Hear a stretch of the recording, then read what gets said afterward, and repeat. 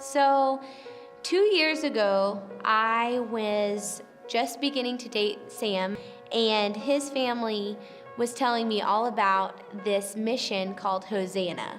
And I didn't know really much about it. I knew that it was stationed in Niger, Africa, but I wasn't familiar with the premise of the mission or what kind of mission field it was.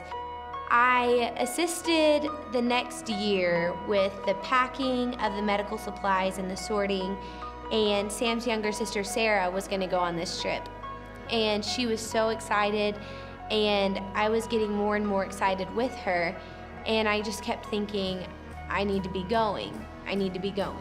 And then the next summer, which was this last summer, I told them that I would be willing to go on the trip, but I knew that all the spots were filled.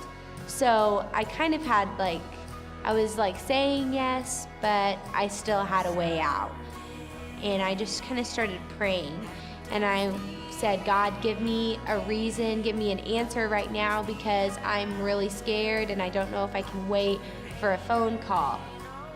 And literally within seconds after saying that prayer, I got a message on my phone, and it was from my friend Madison, and she tweeted, less than 0.03% Christian in Niger who will go, and she tagged me in it. And that's when I knew that I was going to be going on the trip. And so leading up to the trip was probably the biggest amount of trust I've ever had to have in my life, because I didn't know how it was going to work out. 4 days into the trip, we became aware that Mali, which is the country bordering Niger, went to war. And we were told that we were in extreme danger, but we knew God's hand of protection was on us. So we still went about what we were supposed to be doing while we were there. And we went to a malnutrition clinic to help weigh and measure babies. And so these mothers and these babies came to us, and it was a beautiful time of testimony and getting to spend time with them and love on them. And we got to give them food for their babies, and it was amazing. The biggest miracle that we got to experience while we were in Africa was the coming together of the government hospital and the Hosanna Clinic, which is our mission clinic there.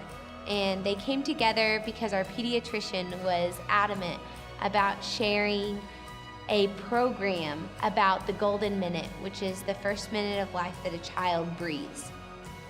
And it is also a time where they can resuscitate that child if necessary.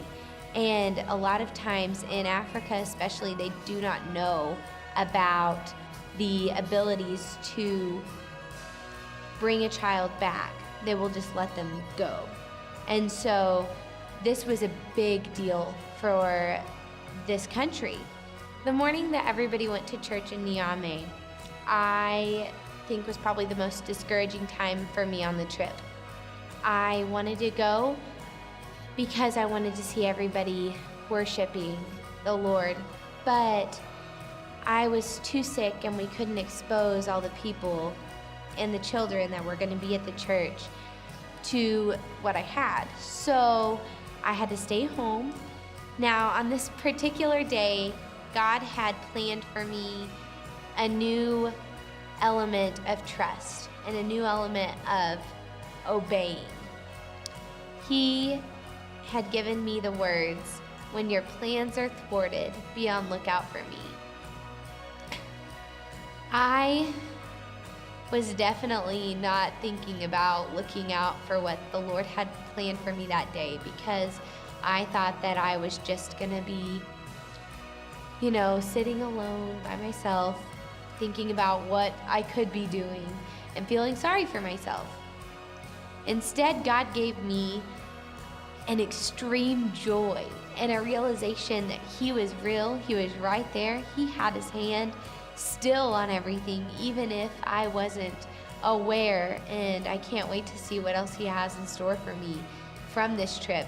I know He's not done with me, and I know the experiences that I've had on this trip are not over, because there are still people over there, and there are still experiences to be had, and I am pretty sure I'm going to go back. My name is Bonnie Lightfoot, and this is my story of grace.